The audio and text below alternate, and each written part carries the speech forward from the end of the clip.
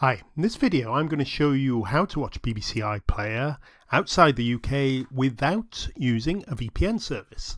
Now, as you probably know, to access the BBC iPlayer outside the UK, you need to hide your location. And the traditional way of doing this is using something called a VPN service. And it's something that I use myself all the time. However, there are sometimes little problems with using a VPN. For instance, you can't use a VPN service easily on many devices like media streamers, smart TVs, and can be a little bit difficult on some mobile devices too. Also, if you've got a slow internet connection, sometimes connecting to a VPN service can cause your connection to slow down slightly. So if you're streaming TV, can be a problem. Okay, I'm going to show you an alternative. As I say, I use a VPN nearly every day, so this is merely an alternative method, but it works very well. So let me just show you. Okay, so at the moment you can see I'm logged into Netflix here. This is the US version of Netflix. You can see top 10 TV programs in the US today, so that shows it's a US account. Let me just stream down and you should have the US films somewhere. It's sometimes difficult to tell which version of Netflix you're in. The US is generally the better one. Right, and there's US films and US TV programs. So this is the US version of Netflix. So you can see there.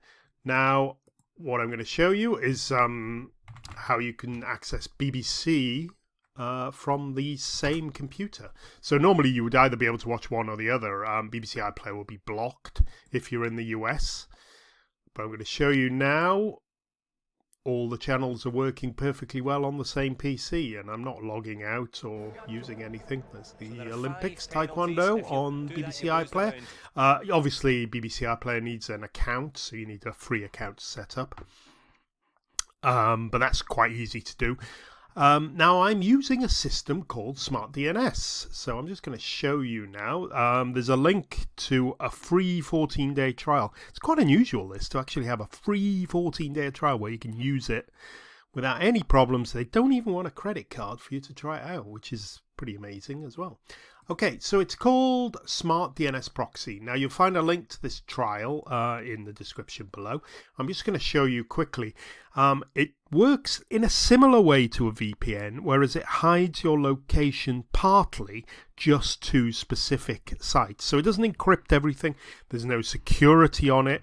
It doesn't hide your location from your ISP or the majority of websites, only from ones that are configured. And they're generally TV sites. That's what it's for, really. So let me just go and show you how you really configure it. Now, it'll work. The great thing is you basically all works through a DNS server. So the DNS is domain name service, and this controls your connection. Now, what we do is we pay a small subscription. It's cheaper than a VPN as well. And we use it to hide our location from the specific sites. So it only works with the TV sites, or the TV sites are configured. It won't work with all normal sites. It's not designed to do that. But here you see you configure your DNS. If you've got an account, you activate it with your IP address, so it'll only work on the IP address you're using at the moment. It's not great for if you're moving around a lot. If you want it on your mobile phone, the IP address of your mobile phone will change all the time, and you have to reactivate this account. It's a bit of a pain for that. You're better off with a VPN service for that. So basically, you just have this account, and if we can just show you here, it's basically directs you to different versions of the site. So sorry, I'm not explaining that very well. So basically, I configure it and I tell it which region to use, okay? So for Netflix, I've told it when I go to Netflix, make it look like I'm in the United States. So I get the US version of the United States. Amazon Prime, I've told it to go to the United Kingdom because I've got a UK Amazon Prime account.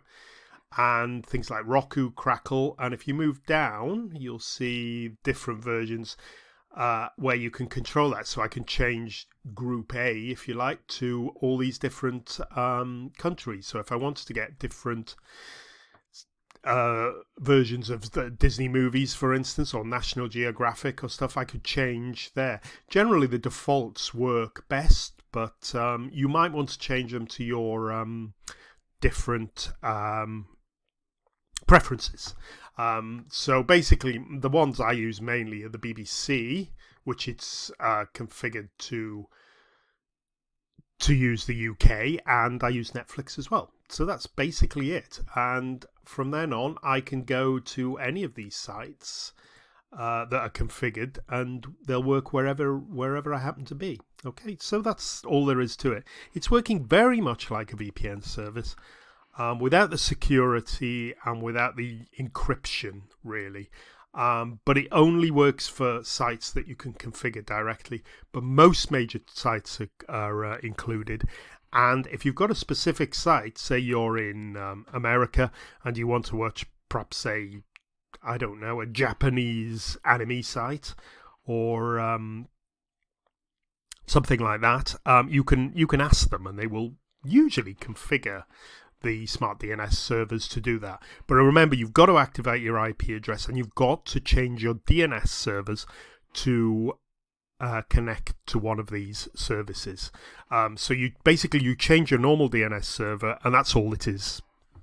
Okay, so hopefully I've explained it reasonably well there.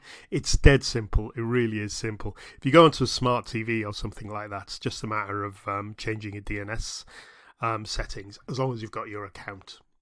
Okay, right, thanks for watching, and I'll finish that video now. Okay, bye for now.